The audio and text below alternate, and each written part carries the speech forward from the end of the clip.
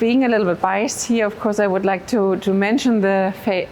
Phase III trial we plan from the German CLL study group, the CLL18 study, which will start end of next year, where we evaluate a combination of venetoclax plus pirtobrutinib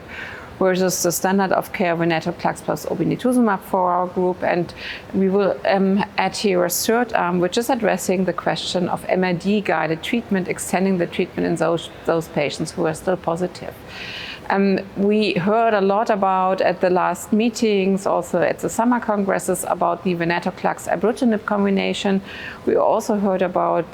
toxicities, particularly in elderly patients, and therefore I think the other study which is very interesting is the MAJIC study led by Matt Davids here in Boston, and this is a study comparing acalabrutinib plus venetoclax versus venetoclax obinutuzumab. And I think particularly the acalabrutinib venetoclax combination is very interesting to study if this is associated with less side effects as we have seen with ibrutinib venetoclax.